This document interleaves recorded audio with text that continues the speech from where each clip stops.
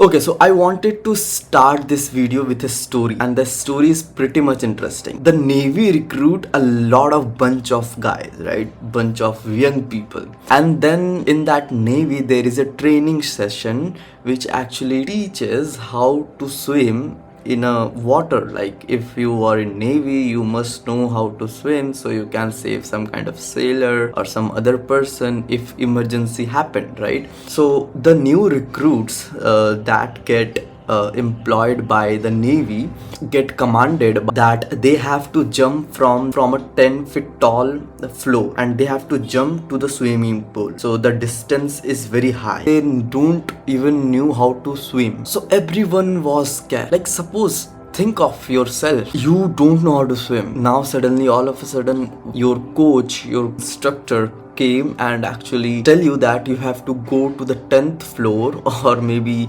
10 feet high, and you have to jump from there to the swimming pool. And you're like, wait, how? I don't know how to swim. First I have to learn how to swim, then I will going to jump or something like that. Think about your mental state. You will be like, damn, it is a hell scary thing. I'm feeling really nervous, I'm anxious, my hand and legs are kind of shaking. And the same thing happened with all the Navy recruits. They were feeling very bad, like terrible. They will be like, how I will going to jump from here? Forget about jumping. I am not able to see from that particular 10th floor or 10th feet high.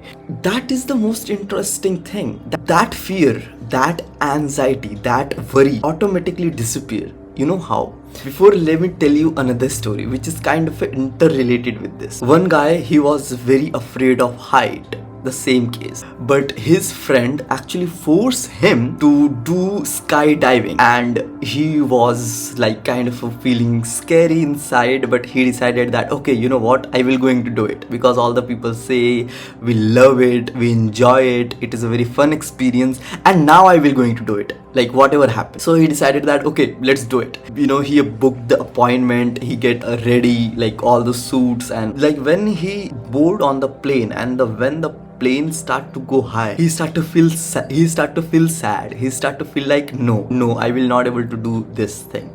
I will not going to jump from that high, because suppose you are in the 100 feet or maybe more than that, in that particular high altitude, and you have to jump from there. And think about you, like just imagine yourself from that state. Like you are very afraid of high altitude, and now somebody is kind of pushing you to jump from that plane so you can do the skydiving. And the same thing happened with these two guys. But what happened that actually changed everything? In the first example, in the first story, a commander came and push one guy forcefully from that 10 feet, and when the guy get pushed by the commander, he automatically jumped to the swimming pool. And after that, he feel like, oh my god, it was fun, it was really fun, I really wanted to do it again.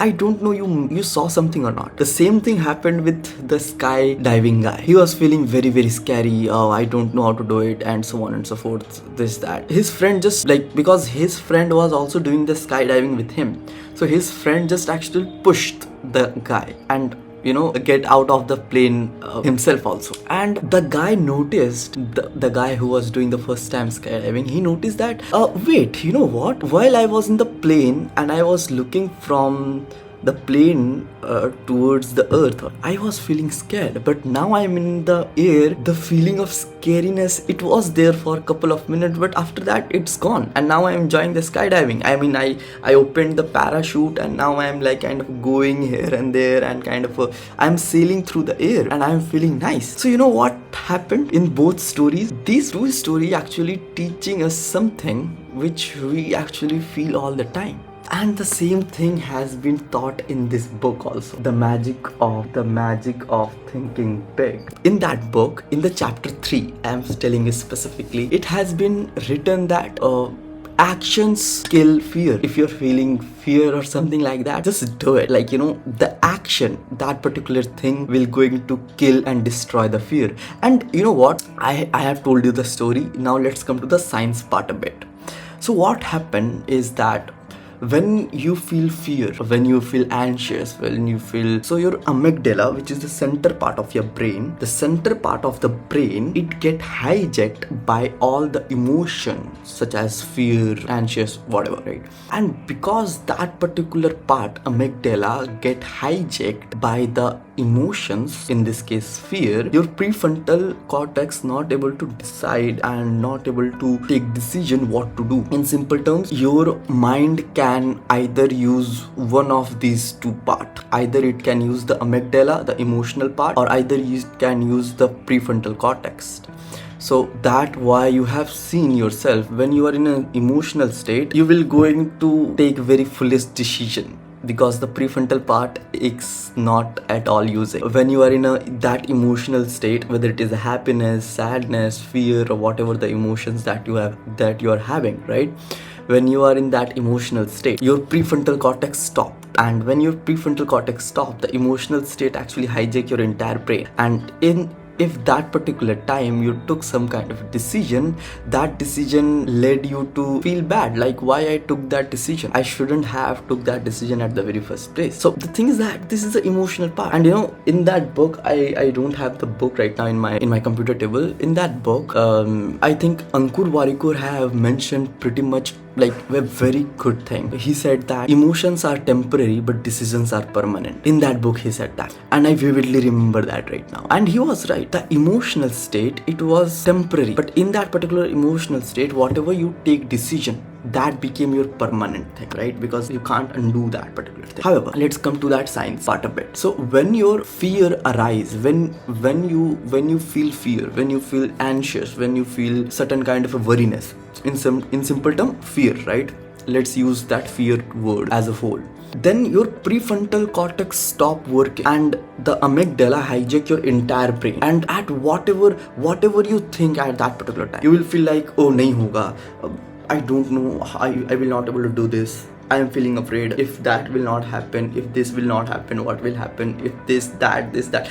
You will not able to take a proper logical standpoint of your own self, right? Then what is the option? Now we understand the science a bit. What is the option? What is the practicality here, right? So the practicality, I would say, the first thing first, that you should admit that, okay, I am feeling little bit anxious, I am feeling little bit fear kind of stuff, I am feeling little bit worry thing. First thing first, admit. Don't shy away, because a lot of people actually say this thing that, oh no, it's just imagination in my head, it will going to pop out automatically, so just don't think about it. No, it will going to fertile that particular thing again and again and again. It will, if you think like that way, it will going to work like as a fertilizer, and it will actually grow that particular fear or anxious or whatever that, let's use the word fear as a wholesome.